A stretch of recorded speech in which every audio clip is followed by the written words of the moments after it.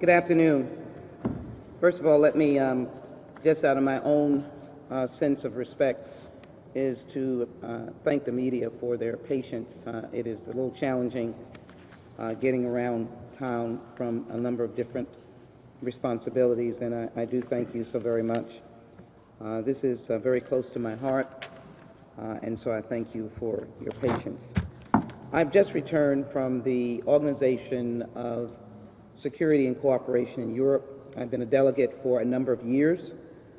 I'm also a member of the Interparliamentary Exchange in Europe, and so I've dealt with the Baltic states, the Balkans, and Europe for a very long time. I'm on the Homeland Security Committee. We left last Sunday with all good intentions, hoping to meet with Lithuanians in particular, who are a NATO ally country.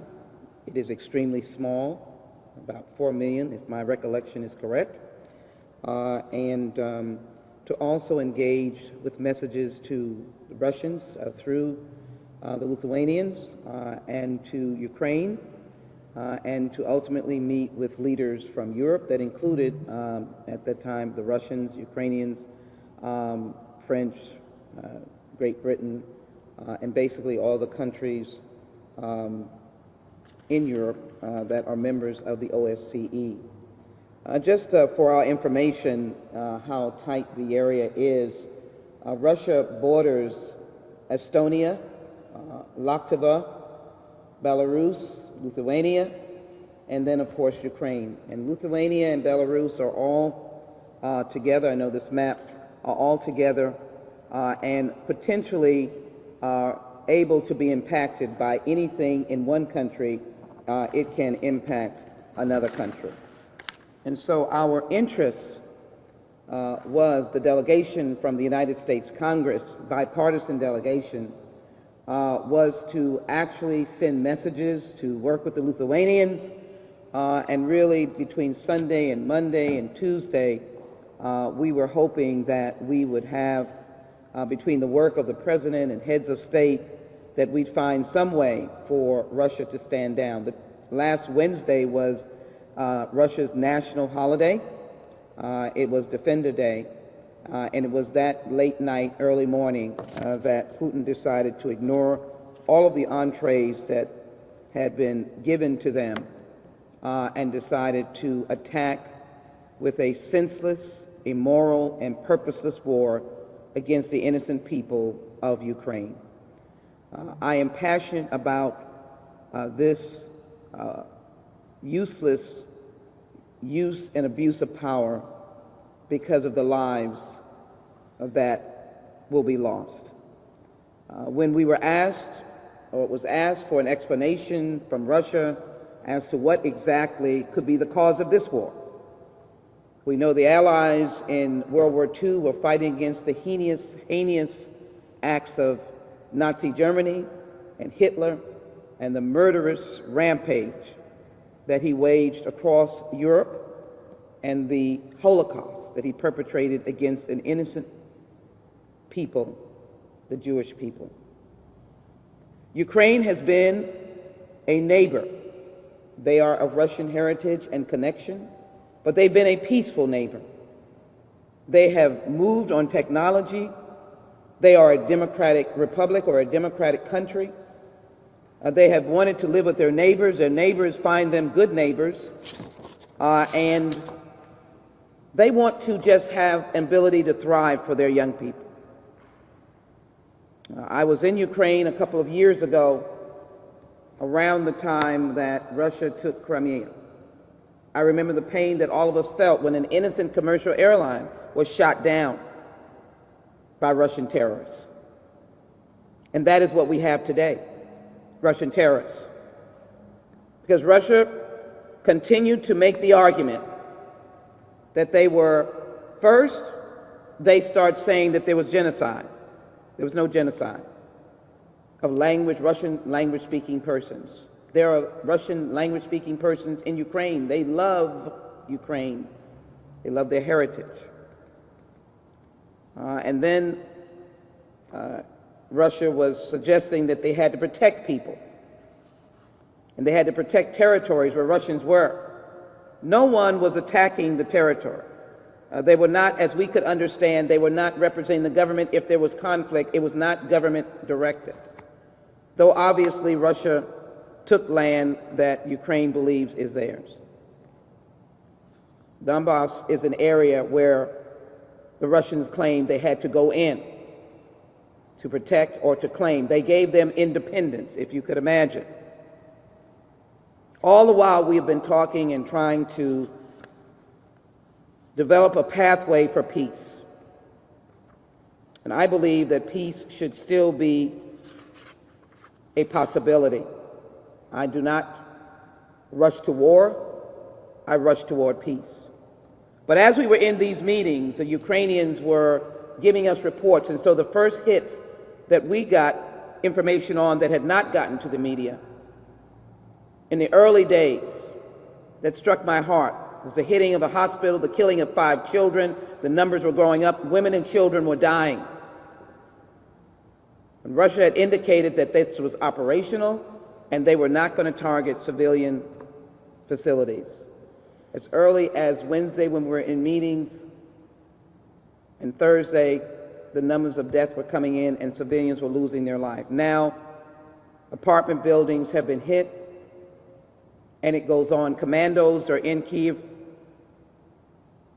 and it has been affirmed by the Russians that they are intending or attempting to do harm to the leader of Ukraine and others surrounding him and his family.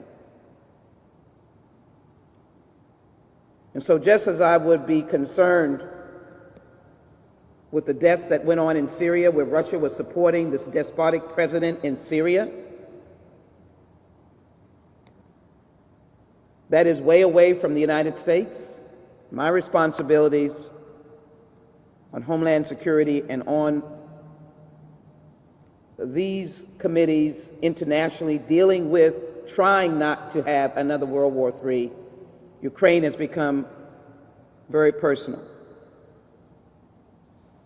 And I believe that it is important for the United States leadership to continue. I want to applaud President Biden, Vice President Harris, the meeting in Munich. They want to do more. They want to continue to keep the pressure on Russia. And they have issued certain defensive sanctions in dealing with banking. But I think now, as Ukrainians are fleeing the country to Poland and to other places that would take them, but the borders, I want you to understand, is they are as frightened as the people of Ukraine. Latvia and Estonia and Lithuania are frightened that this is going to come to their doorstep. And so in trying not to have World War III, we have to make sure that we are protecting a large landscape of people. And Russia has to feel the pain. Now let me be very clear. I've used Russia a lot. There is no doubt that this is Putin's war. Russian people did not vote on this war. This is Putin's war. This is Putin's reordering of history. This is a very unfortunate, sick analysis of history. He wants to restore the USSR. For many people alive today that are young people, they don't even understand what that was. It's a collection of nations that by their own will, they were under, by their own will, not their own will, they were under the USSR, United Soviet Union, Union Soviet States. He believes that the world order was disrupted when those nations became free, became independent nations.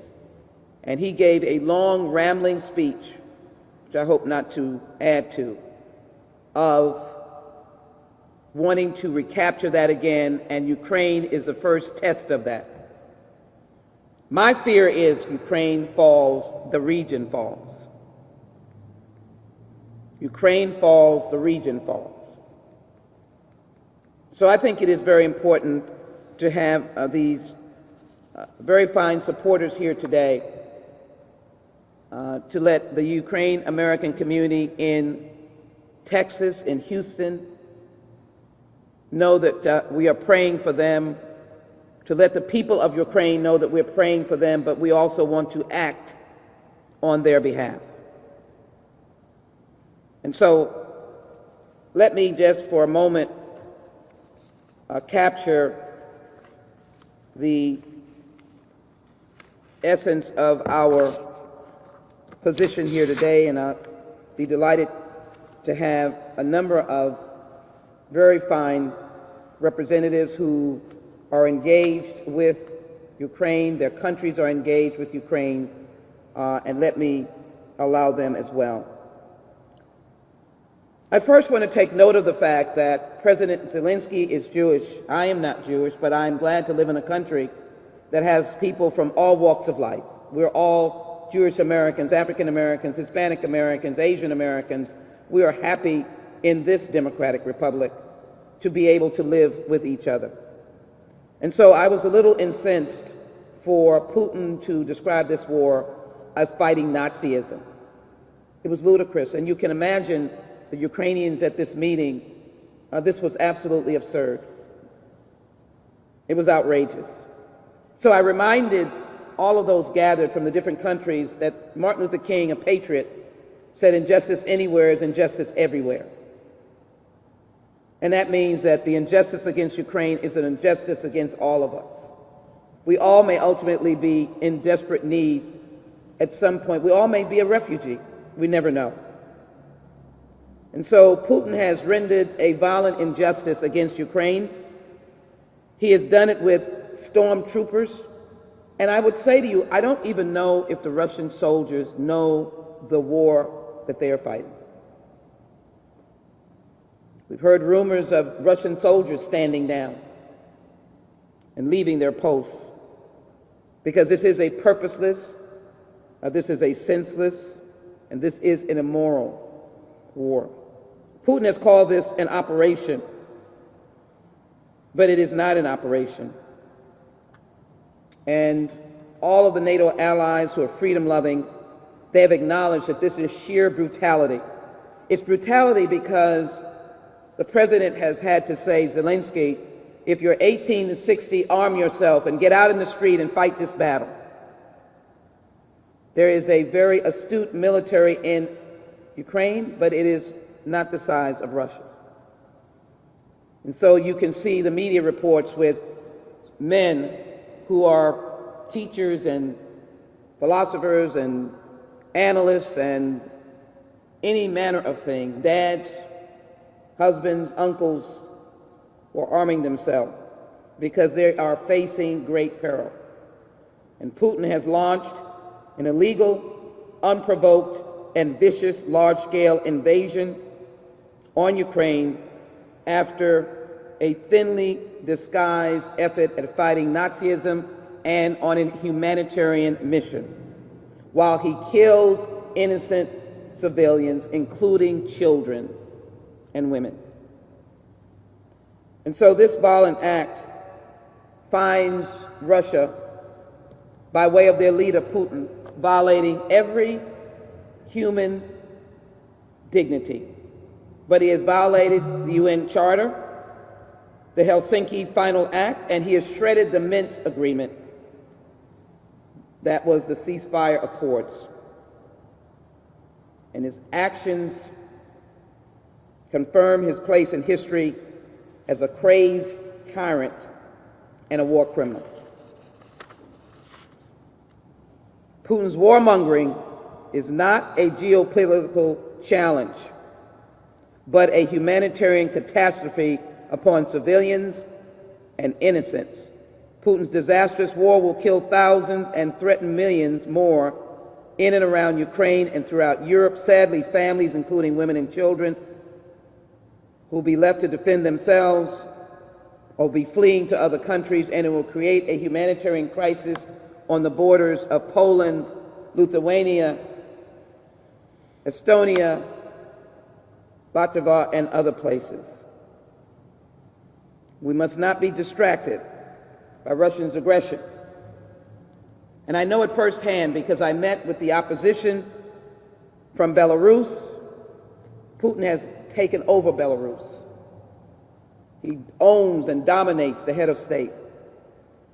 And that head of state, listening to Putin, has thrown 1,000 Belarusians into prison because they voted against him in the last election.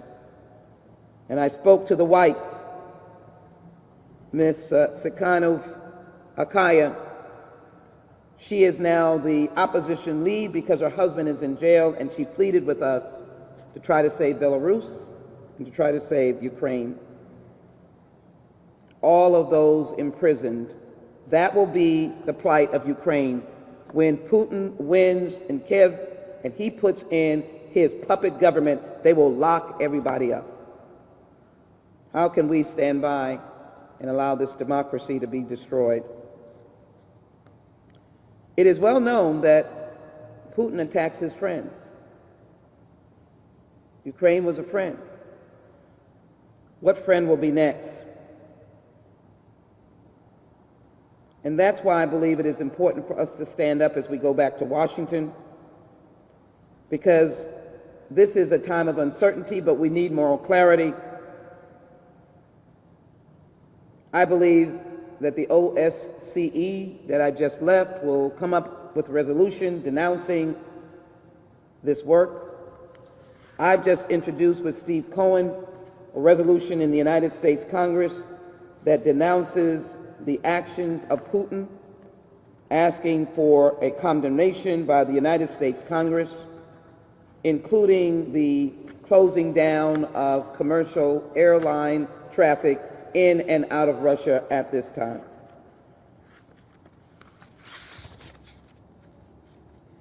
It is a very difficult time, and so we must collectively as nations condemn these actions. But we must be very clear, as the Russian people have taken to the streets of protest, this is Putin's war. And so I'm glad to be standing here with those who are willing to help. You'll hear from a number of individuals about the potential of Ukraine refugees. Most of them are staying in the region, but if it is necessary, the United States is committed to taking refugees. In the concluding remarks of my statement that I made at the OSCE, I'll share those words with you in just a minute. I want to lay out what I think should happen. There is an app called SWIFT. It allows banks to send messages about transfers of money and other transfers. 11,000 banks use it, over 200 countries. Whatever the process should be implemented, Russia should be blocked from using SWIFT. We should also provide a protected airspace so that you can protect the airspace from the Russian Air Force, so that the dastardly act of bombing down on Kyiv will not contribute to the collapse, where there are hard-fighting Ukrainians on the ground, fighting with bats and fists and guns. That's what it's going to resort to. More weapons that can help them defend this invading force led by Putin. And then I believe that the Red Cross needs to be able to tell the Russian people the truth, and that is how many Russian soldiers have lost their lives.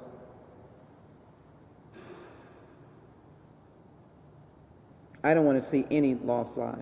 These are young soldiers. How many of them will be going home in body bags? Finally, it is not a secret that Putin has indicated his desire with a kill list to kill the leaders of the government of Ukraine. That is, from my perspective, the basis of calling Putin a war criminal. He is perpetrating acts against humanity, and he should be indicted, convicted before the Hague.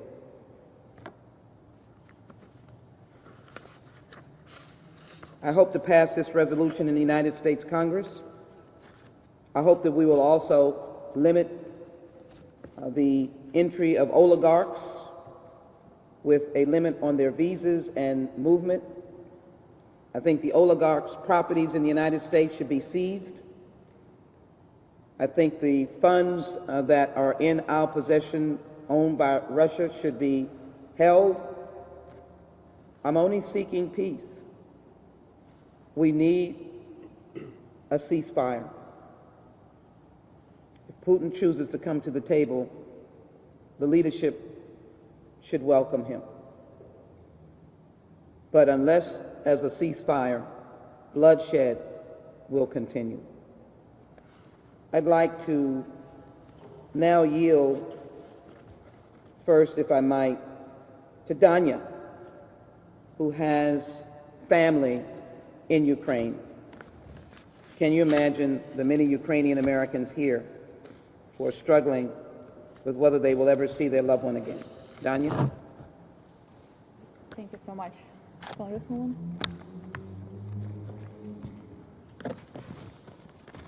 Good afternoon, everybody. My name is Daria Dashutina. I just wanted to say thank you so much for coming in here today, and thank you for a chance to be heard. It's been more than 72 hours since Vladimir Putin announced a special military operation in Ukraine.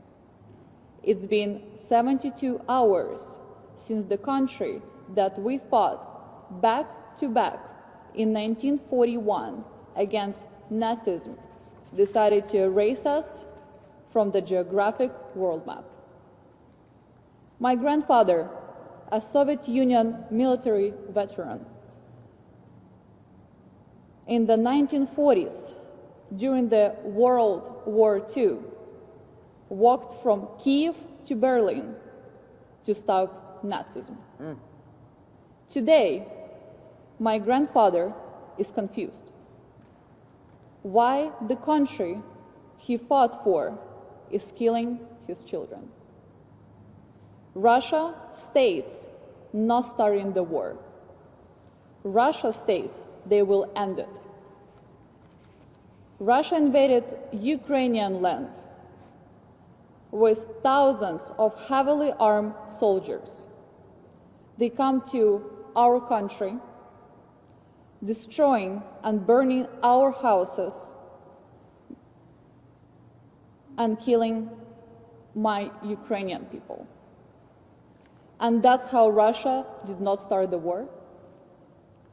The only thing that we have right now is our absolute brave soldiers who are fighting against Vladimir Putin even with bare hands. I understand that sanctions that many countries are applying right now will put Russia behind the iron wall for a long time. But unfortunately, it's not enough. I just want the entire world to understand that Vladimir Putin will not stop after taking over Ukraine. This is just the beginning. Ukraine is just a border for him to go to Europe.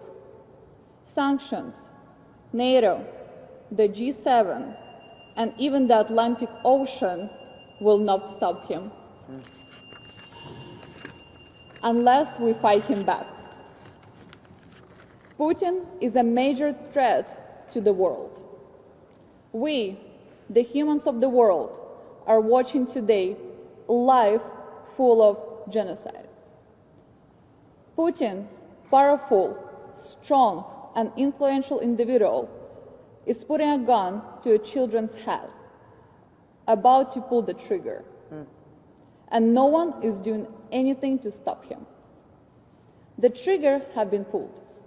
Over 200 Ukrainians are dead today, and yet the world is only watching, like if it's a primetime show of an entertainment.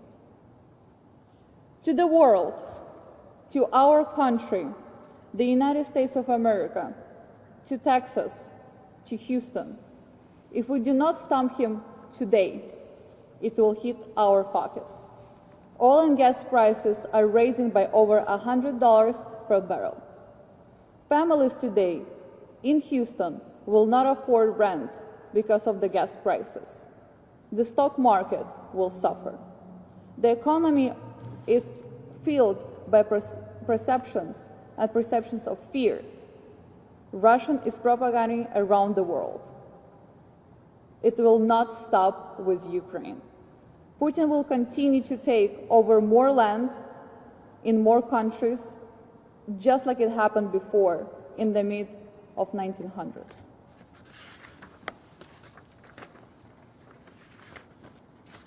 I just want to remind and be very clear that people in Ukraine and we as a country will never be part of Russia. We're not Russians and we never will. We have been independent and a free country for 30 years. We want to make our own decisions about what we want, where we want to move, and how we want to develop as a country. Now, I want to appeal to the United States and everybody who might hear me right now. My people, my country need your help right now. We need you to protect our skies. We need weapons, but most, we need a shelter for our people. Millions of Ukrainians are scared right now without any food, water, warm clothes. Little kids without their parents and any hope. It's no way for us to escape. It's not enough food for everybody and no fuel at gas stations, no money at the ATMs, no transportations, and no hope. We're fighting a disproportional war.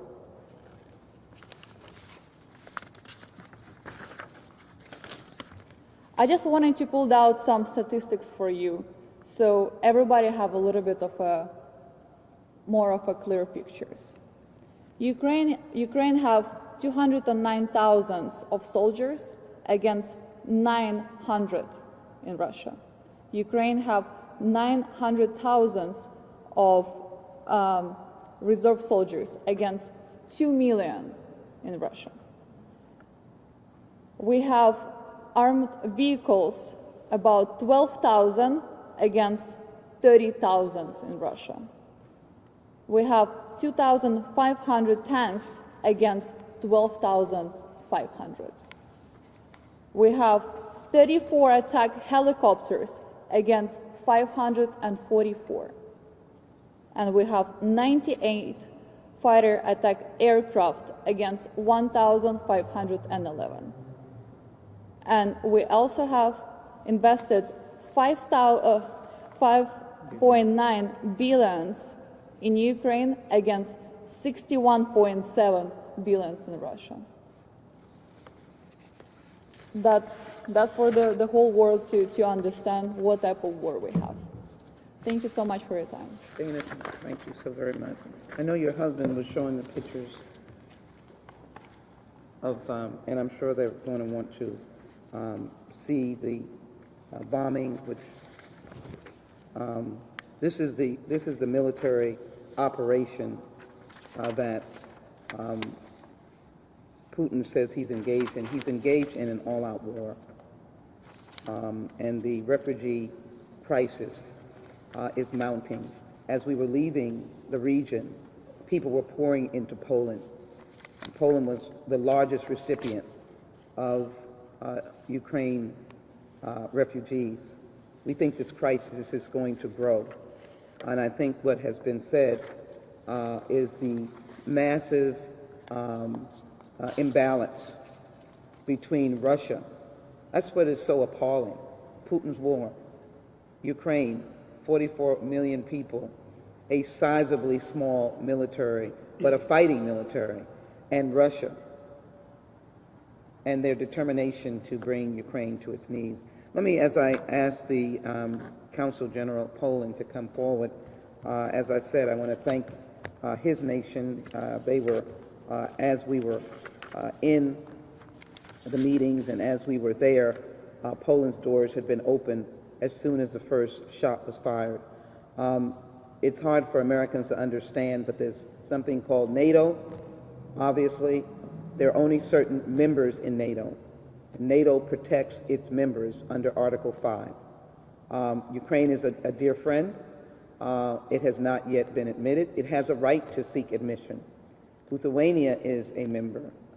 Poland is a member. And certainly well-known countries that we in America know more about. Not to say Poland is not well-known, but countries like, obviously, Great Britain, the United Kingdom, and France, and many others are members, Germany, and it is not the case of Ukraine. So the allies make a commitment to protect NATO countries. And why there are no European soldiers on the soil of Ukraine is because it is not in the membership. I think as we are perceiving, our fear is that Europe was very much a product of its geography in World War II, where you could massively go across as the Nazis did. There are no real boundaries. Our fear is that if this keeps going, that it creeps into other countries. And so the real issue is to save Ukraine, to stop Putin now. We must stop him now. Consul General, if you would. Thank you so very much for your country's leadership. Let me start with what the late President of Poland, Lech Kaczynski, said more than 10 years ago, when Putin's intentions were becoming clearer and clearer. More than 10 years ago. He was killed in a plane crash in Russia a few years after.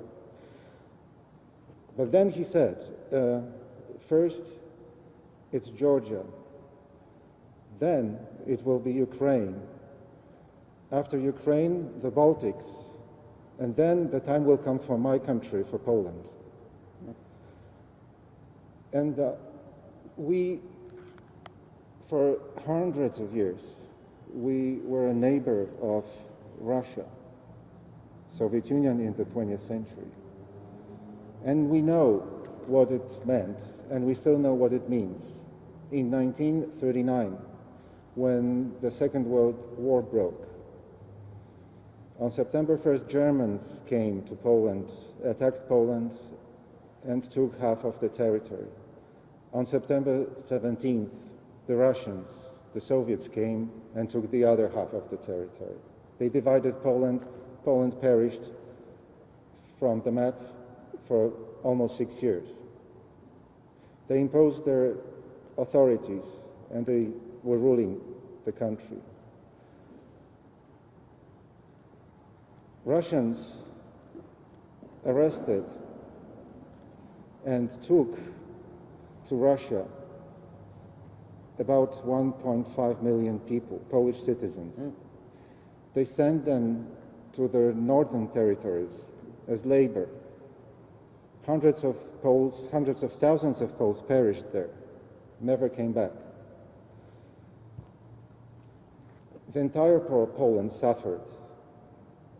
Warsaw, the capital where I come from, was destroyed, bombed, burned to the ground in over 90%. So we know the meaning of war, and this is what we need to avoid at any cost.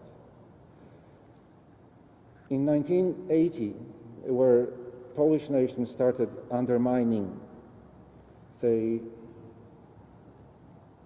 Russian-imposed communist rule in Poland, Almost overnight, 10 million Poles joined the Solidarity movement, and the solidarity was the most important word since then. And now, today, Poles, Polish government and Polish people express their deepest solidarity with Ukraine.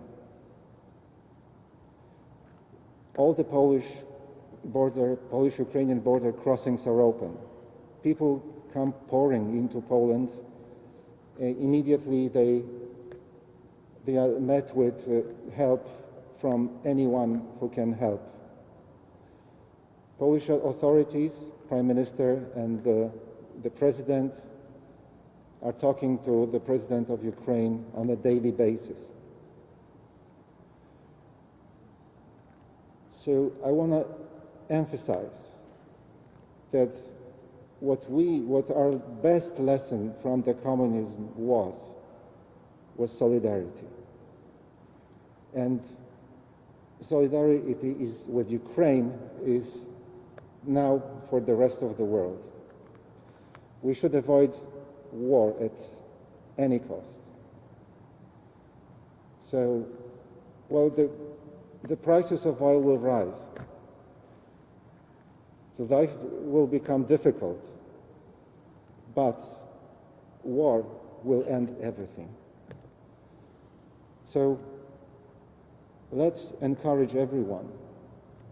Let's encourage our leaders so they do everything they can to stop it immediately. Stop it immediately. Thank you. Thank you so very much. Thank you.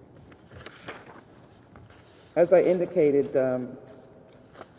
we're very pleased to have the Consul General of Poland, and we thank him for giving us that very important challenge in history. And now we'd like to bring forth elected official Yves from France, and as I indicated to him, appreciate the extra effort of President Macron and the importance of the work that he is doing. Would you come forward at this time, please? Thank you. Thank you. I'd like to be very brief in saying that letting Ukraine down is letting our values, is letting our democracies, and is letting our kids down. So we need to help as much as we can financially, military, and we need to stay side to side. And I'd like to thank you, to thank the United States of America, and to congratulate the great solidarity between the European states for the efforts they are doing right now. So we'll make it. I'm going to follow you by re-emphasizing the first test of unity for NATO in the 21st century, and they have risen to the occasion. I want to give them, as I go back to Washington and the President's very hard work, some other ways to do what our Consul General is to end the war so that we don't have more war, to provide peace.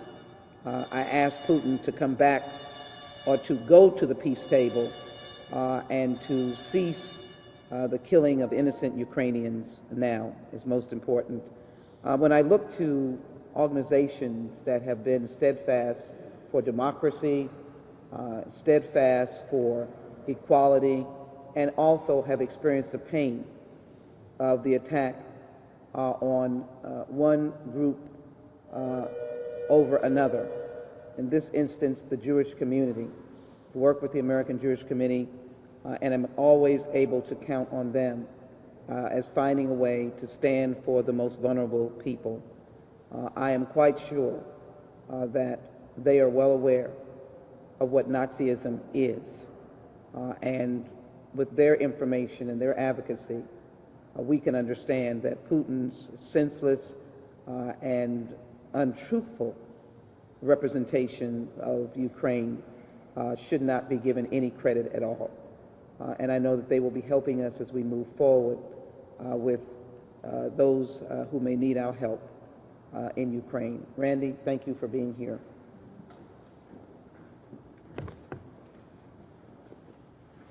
Congresswoman, Consul General, President Putin himself spoke of the need to denazify Ukraine. So let's call a spade a spade. It's not democratic Ukraine, led by an elected Jewish president today, that needs to be denazified.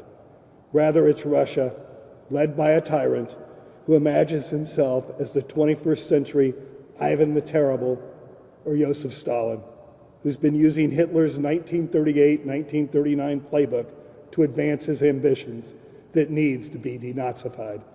This war didn't occur in a vacuum. Putin had said in early 2005 that the collapse of the Soviet Union was the greatest geopolitical catastrophe of the 20th century. And Putin just didn't give a voice to that vision, but began to give it as it formed in Georgia, Belarus, Kazakhstan, and Ukraine as early as 2014, when he seized Crimea and Donbas. Putin claims this action is to prevent NATO from bordering Russia. Since 1949, NATO has been on the Soviet border following World War II. Many Western leaders underestimated him.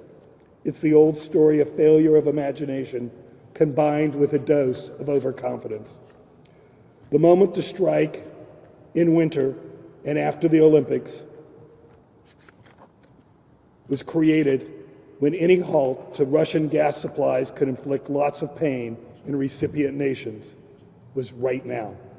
In the face of such naked aggression and violation of international law, what might be done to punish Russia, absent direct military confrontation? Freedom is not free. First, a unified Western response must not only be forged, as it is impressively the case right now, but it must be sustained. That's easier said than done. Once again, freedom is not free. Second, soft power without convincing hard power doesn't work with the Putins of the world. Dialogue and diplomacy are important tools, but limited in their impact absent a strong military and the will to project power when necessary. NATO member states, for starters, need to take that message to heart. Freedom is not free. Nations seeking to reduce environmental risks cannot become purist, somehow believing that such policies have no consequences. If the U.S. reduces its own production, in the short term it becomes more dependent on oil production nations such as Russia, which is in fact the case today. Freedom is not free. Fourth, the Western public cannot be silent or complacent when the fate of a nation whose aim is to become part of the values-based community is invaded and occupied. Freedom is not dying in Ukraine. We cannot remain indifferent. Indifference is not an option. We stand with Ukraine. And finally, what happens in Ukraine doesn't stay in Ukraine. China, North Korea, Iran, and other problematic countries are watching the unfolding events with immediate attention. The world can become even more dangerous if they conclude the West is not up to the moment. Thank you. Thank you very much. Thank you, Randy. Thank you. I stood at this podium before welcoming refugees from Afghanistan. We have a very strong refugee resettlement community that I've worked with over the years, and I wanted Mr. Ali al-Sudani to come forward, overall representing the community, but representing Interfaith Ministries. He was here with me before in the Afghan refugees, but over the years, we've welcomed those from Ethiopia, we welcomed those from South and Central America, and we know that the people of Ukraine want to stay in Ukraine, they want to go home to Ukraine, but we want the world to know that the United States is committed to receiving any refugees that are fleeing the violence, persecution, carnage, and war in Ukraine. Mr. Sudani. Good afternoon, everyone. As Congresswoman mentioned earlier, that the United States and Houston has a long and proud history of welcoming refugees. What's happening is unfortunate. The attack on the Ukraine and the Ukrainian people is really not acceptable by any means. We pray that there won't be mass influx of refugees from Ukraine, but we also understand from the lessons around the world that What's happening right now is that Ukrainian people are fleeing to neighboring countries, to Poland, Romania, and we know that these countries will bear the burden and will feel the impact, and there will be a humanitarian crisis. We at Interfaith Ministries for Greater Houston, we stand ready with our federal partners and faith community and the Houston community in general to welcome and support and resettle Ukrainian refugees if that happens. Again, we pray this will not happen. No one wants to leave their country, but if you are forced to leave your country and there is no safe haven for you, then we need to stand up and we need to make sure that these individuals have a safe place to stay and find a home for them and their families. Thank you. Thank you so very much. I'm very glad to have Fial, Mr. Espinosa, who's worked with immigrants, to just say a very brief word. His agency may be asked to be of assistance as well. So number one, we want to thank Congresswoman Sheila Jackson Lee for her steadfast leadership. We were all very concerned for your safety, but at the same time, proud to know that a friend was in Ukraine recently, fighting the good fight and standing up for what we believe in. We at Fiel want to point out that situations like what's happening in Ukraine continue to mitigate migration and continue to make folks refugees from other countries. So one of the things in the future, if things do not cease at the moment, we are going to be calling on Congress to consider a TPS for the Ukrainian people so that they may have protection while they undergo through the situation. But at the end of the day, we hope to not get to that point where we have to have that conversation, but rather that we stop this so that people like Dasha's family do not have to live in fear. Rápidamente, para la comunidad latina pedimos que tengan solidaridad porque lo que ha pasado en países como El Salvador, Nicaragua, está pasando ahora en Ucrania, y queremos que eso sepan que las cuestiones porque la gente deja sus países. No queremos que lleguemos a ese punto, vamos a estar trabajando con la congresista que ha sido una campeona por esto y por nuestra comunidad, para que al final del día los papás de Dasha no tengan que salir de Ucrania y puedan continuar. Esperamos que juntos trabajemos para que esto llegue a una pausa y esto pare ahora. Gracias a la congresista que siempre es una amiga. Thank you to Congresswoman who's always been a friend to our community. Thank you. We'll open up for questions. Let me again thank each and every one, Consul General, our representative from France, Yves. Thank you, Randy, as well. Danya, your powerful story. I think it should be known that she has family in Ukraine now that she is very frightened for and trying to reach them. I think it is also a very special point to emphasize that there may be an humanitarian crisis beginning and occurring right now in Ukraine with food, with clothing, with water. Many people are in makeshift, if you will, shelters. We don't have them here, but people are in subways. Those are not official shelters. I've always concerned if the Russian soldiers come to that area, what is protecting them? All these families are gathered there, and so we are at an extreme humanitarian crisis. I think it is also important to take note that Ukraine has lived alongside of Russia peacefully in that region as an independent country, and to me, there is no living, literal reason that can be explained other than a crazed mind of Vladimir Putin, and that is what has happened. And the tyrant that he has now chosen to be is now costing the lives of young Russian soldiers, young Ukrainian soldiers, but people of all ages in Ukraine who have had to take up arms to counter the massive size of Russia. What can we do here in Houston? Please use your social media and support the people of Ukraine. Encourage the United States Congress to continue as we are. We're now joined as Republicans and Democrats to find the solution that can help end the war. We are not looking for war. We're not looking for boots on the ground for our soldiers. We are looking to save the lives of people in Ukraine. That's why I came home to exert my voice that we must have that kind of recognition. And so cut Russia out of SWIFT. Cut them out now. Shut them down for their financial transactions. Bring them to their financial needs. We are not doing it hard enough, their financial needs.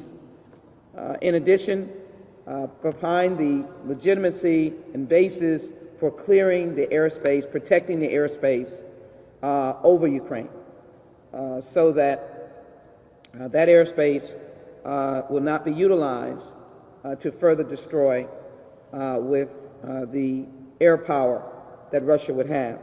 I've also asked in this resolution that the Congress and that we consider stopping all flights into Ukraine and out that are U.S. carriers.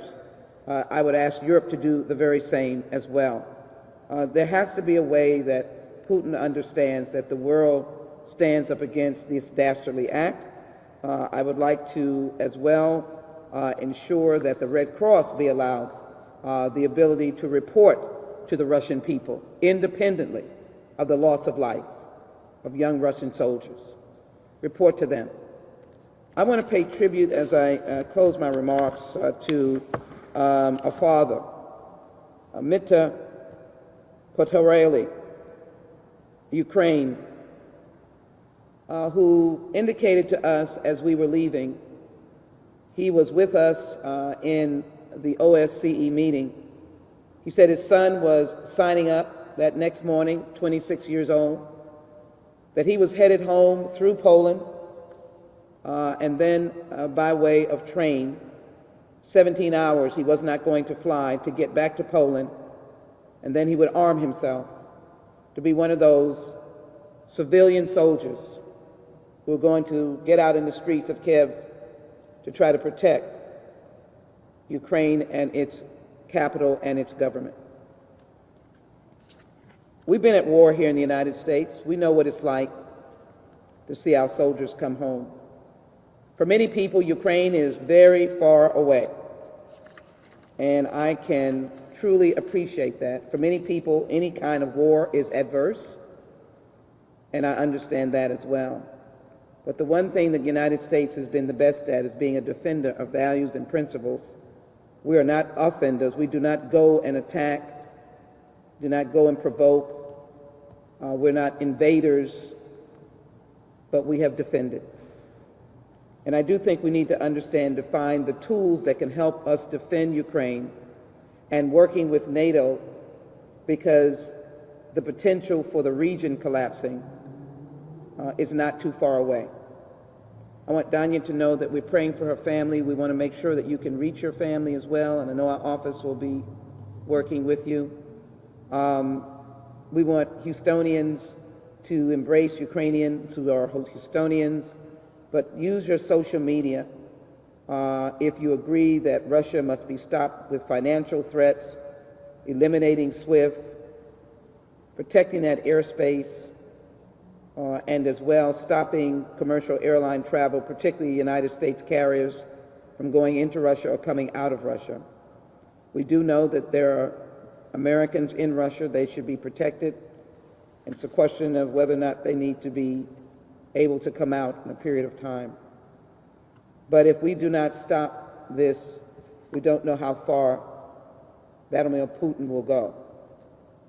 He does not seem to be listening, but I'm going to keep talking, and I'm going to keep asking for us to use diplomatic tools so that there can be some ceasefire and some effort at peace.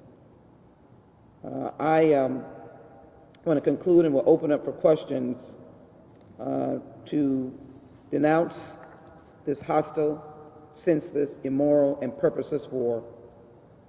I want to say to Ukraine, freedom yesterday, freedom today, and freedom tomorrow. Glory to Ukraine. And God bless all of us, and God bless the United States of America. We are going to be victorious. I'll take any questions at this time.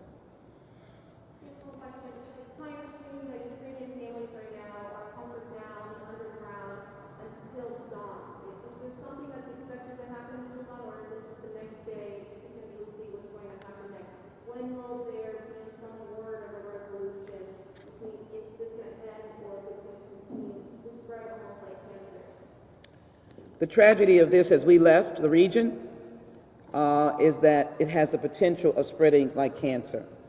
These are makeshift bomb shelters. This is what they do every night right now. They're told to women and children and families and elderly, go to the subway, and they stay there because the dastardly acts have a tendency to happen at night and you can't see. They did a bombing in early morning of a apartment building, which has been seen on the news, and people were just getting up for breakfast. I was hoping that they had all evacuated that building, but thank goodness it didn't collapse, and there is alleged only a few people that were injured. But if this is going to be, and then there is a conflict of who did it, but war is without boundaries. You don't know. If someone starts a war and someone is trying to defend, then the collateral damage, it doesn't matter. You're dead. You're a Ukrainian that has died. So they have been told 3 million people are in Kiev. A lot have left, but you can't get 3 million out. So every night they go to a bomb shelter. And it will continue until, and she's showing one of them in the subway. Mm-hmm. Yeah. That's my family. That's her family. That's the safest underground place, like you would go in New York. It's going to continue until we can get a ceasefire. We need a ceasefire. And the only way we're going to get a ceasefire is that Russia, Putin, has to feel the pain. We have to shut him down economically. And as Randy said, as the president said, and as I know, there are going to be some collateral impact in this nation with energy costs. Nord Stream is now on hold. But you know, we know that we are a people in a transition, but the energy that is utilized in Europe is a fossil fuel energy. Energy that is produced here is still that. All of that is in a cycle. So the fact that the NATO countries are strong, they're using financial tools, I believe they should use an extra financial tool. And you can look at what SWIFT is. Everybody wants to use SWIFT. You shut them down, you shut Russian banks down. And I think you have to do that. And then some are talking about protecting that airspace. If we can do that within the parameters of NATO, because as I said, it's not a NATO country. But what you can represent is that if Ukraine falls, or if it spills over into Lithuania, into Poland,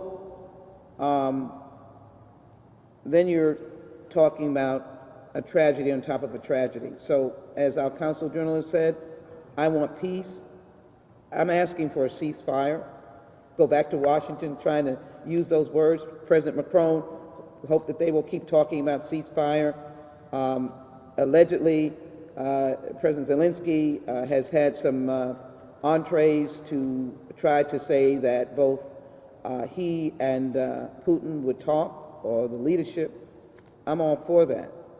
But we have to be conscious, and Russia, the Russian people have to know that the world is watching. America is the biggest pocket of people that could be watching. And I'm trying to get their attention to be watching. We have sometimes seen slaughter in the Mideast, and we haven't moved fast enough, or we have been at a war. I'm not pushing America to war. I'm pushing America to push the hardest response to stop Russia now. And part of that is public opinion, knowing that people are dying innocently with no explicable reason. I could not articulate to you, nor could most Ukrainians articulate to you, nor could most people in Poland articulate to you a precise, defined reason that Russia has now gone in, short of him saying that no one will tell him that Ukraine will absolutely not be part of NATO. But there are NATO countries that are right in the region. Lithuania happens to be one of them. Poland is another. And they've been there for years. And there's been no effort to invade Russia. So there is no definable reason. And one of the most offensive was his charge that he's going to clear out Nazism in Ukraine with a Jewish president. And none of us who've been at this meeting have seen any evidence of what he is talking about. He reminds us of the actions of Nazism. So without being able to dialogue on the cause, we need to have him dialogue on the fact that Russian and the Russian people are hurting. Sad, because the Russian people are completely innocent. They did not take a vote on this. And they're locking up protesters as we speak. And I feel for them because in Russia, when you're locked up, it's not for a short period of time. So I'm trying to get the attention of enough people for our voices to be raised, and trying to work with our government to find the best ways of bringing pain sufficient to turn him back to the idea of discussions with the head of state of Ukraine. That's where we are right now. But they will continue to go to bomb shelters. We have no end right now. I left, there was no end. And what I'm concerned about is, as people are trying to escape, and those of us who, it's not the exact same, but those of us who understand hurricanes and how there are clogged roads and you can't move. This is a big city. This is 3 million people. And if they're trying to get across one border to Poland, then there's Lithuania, which is, these other countries on the border may become places as well. And then we may become a source. That is a rather long trip, but that means the war continues, and we need to end this now. We need to end this now. The American people can be part of raising their voices and just, this is simply an outrage. We can't explain it. All war is inexplicable, but we just can't explain it. And that's why I think it's important that we tell the story. And you have highlighted how painful it is that people have to go from sunset to dawn. And they can come out without goods and services coming in. They are going to have a food shortage because they import a lot of their food. Most European countries do. So they will have a food shortage, a water shortage, a weapon shortage. And I am everybody knows my position on proliferation of guns. I don't need to add that editorial comment. But these people are trying to fight for their lives. They literally are. I do want to take note of the Ukraine military. They are fighting. And I want to pay tribute to border soldiers who, I think you've all seen this story. I'm going to recite it. When the Russian ship called out to them to surrender, that this is the Russian military, and they called out 3 times, we will not give you a warning anymore, surrender. And they were protecting a border station. Will not say the word that the Ukrainians came back at, but they said to Russia, I'll just put my hands up, they said to Russia, and it went silent.